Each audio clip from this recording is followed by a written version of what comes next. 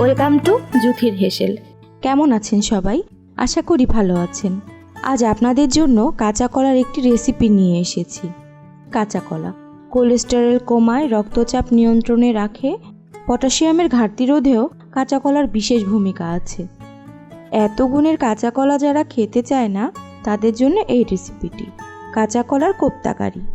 এই কারি একবার খেলে ডিম মাংসের সাথে কলার প্রতিও ভালোবাসা তৈরি হবে, সেটা আমি কনফার্ম। তাহলে চলুন আমার সাথে দেখে নিন কাঁচা কলার কোপ্তা কারির রেসিপি। কোপ্তা কারি তৈরি করতে আজ নিয়ে নিয়েছি স্মল সাইজের 4টি কাঁচা কলা। কলাগুলো আমি আগে থেকেই সেদ্ধ করে রেখেছি। এখন কলাগুলো খোসা ছাড়িয়ে নিচ্ছি। খোসা ছাড়ানো হয়ে গিয়েছে, এখন ভালোভাবে ম্যাশ করে নিব।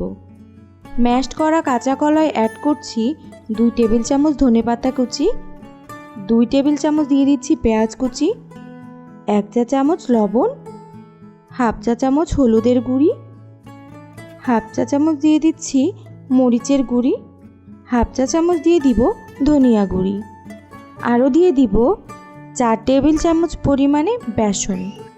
এখন সমস্ত উপকরণগুলো খুব ভালোভাবে মিশিয়ে নিব।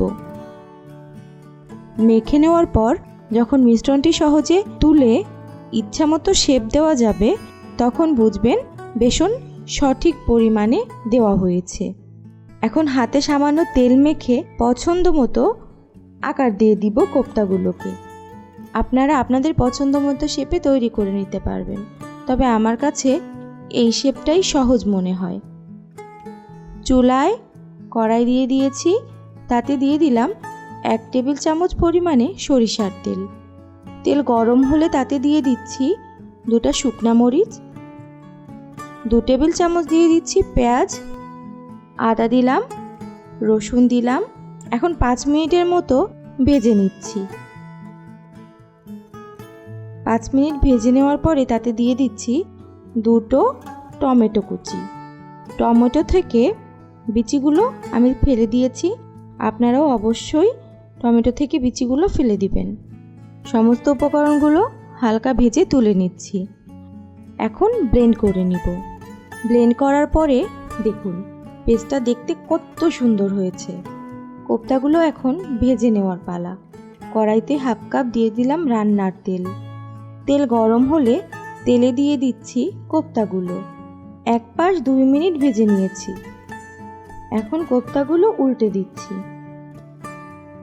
5 মিনিটের মতো মিডিয়াম জালে কোপ্তাগুলোকে ব্রাউন করে ভেজে তুলে রাখছি।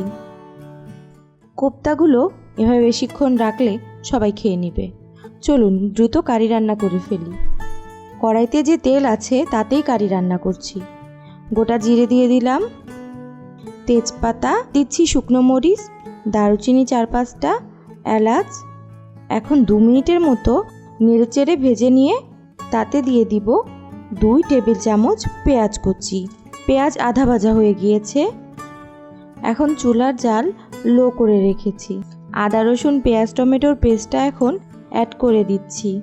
পানি দিয়ে দিচ্ছি 4 টেবিল চামচ, 1 চা চামচ লবণ, হাফ চা চামচ হলুদের গুঁড়ো, 1 চা চামচ ধনিয়া গুঁড়ো, 1 টেবিল চামচ দিয়ে দিচ্ছি বাটা জিরা। আমি বাটা জিরাটা ব্যবহার করছি, আপনারা চাইলে জিরার গুঁড়োটাও ব্যবহার করতে পারেন। মশলাগুলো এখন কষিয়ে নিব। 5-6টার মতো কাঁচামরিচ দিয়ে দিচ্ছি। যারা ঝাল কম খেতে চান তারা মরিচের পরিমাণটা কমিয়ে দিতে পারেন বা অ্যাভয়েড করতে পারেন, কারণ গ্রেভিতে অলরেডি শুকনো মরিচ আছে। এখন দিয়ে দিচ্ছি হাফ চা চামচ চিনি। মশলা কষিয়ে নিব। তেল মশলার উপরে উঠে এসেছে, তার মানে মশলা কষানোটা হয়ে গিয়েছে। এখন দিয়ে দিচ্ছি পানি। 3 কাপের মতো পানি দিয়ে দিলাম। এবার চুলার জালটা বাড়িয়ে দিব।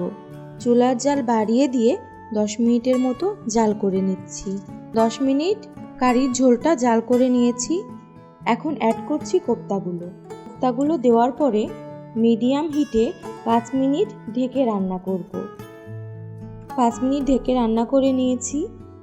এখন কারিতে দিয়ে দিব 2 টেবিল চামচ ধনিয়া পাতা কুচি। আরও 5 মিনিট মিডিয়াম হিটে জাল করে নিচ্ছি। এখন দিচ্ছি 1 চা চামচ ঘি। ঘি দেওয়ার পরে লো হিটে কোফতা কারি জাল করে নিব আরও মিনিট 5। বাবলস দেখেই বোঝা যাচ্ছে কোফতা কারি রেডি। এখন নামিয়ে নেওয়ার পালা। কোফতা গ্রেভি সোক করে, তাই দ্রুত কারিটা সার্ভিং বলে নামিয়ে নিতে হবে। নামানোর আগে অবশ্যই লবণ চেক করে নেবেন। তৈরি হয়ে গেল কাঁচা কলার কোফতা কারি। সবাই তৈরি করে খেয়ে দেখবেন, আসলেই খুব মজার একটা রেসিপি। আজকের রেসিপি তো দেখানো শেষ। পরবর্তী রেসিপি নিয়ে খুব দ্রুত হাজির হব। সবাই ভালো থাকবেন, সুস্থ থাকবেন, সাবস্ক্রাইব করে পাশে থাকবেন। শুভ বিদায়।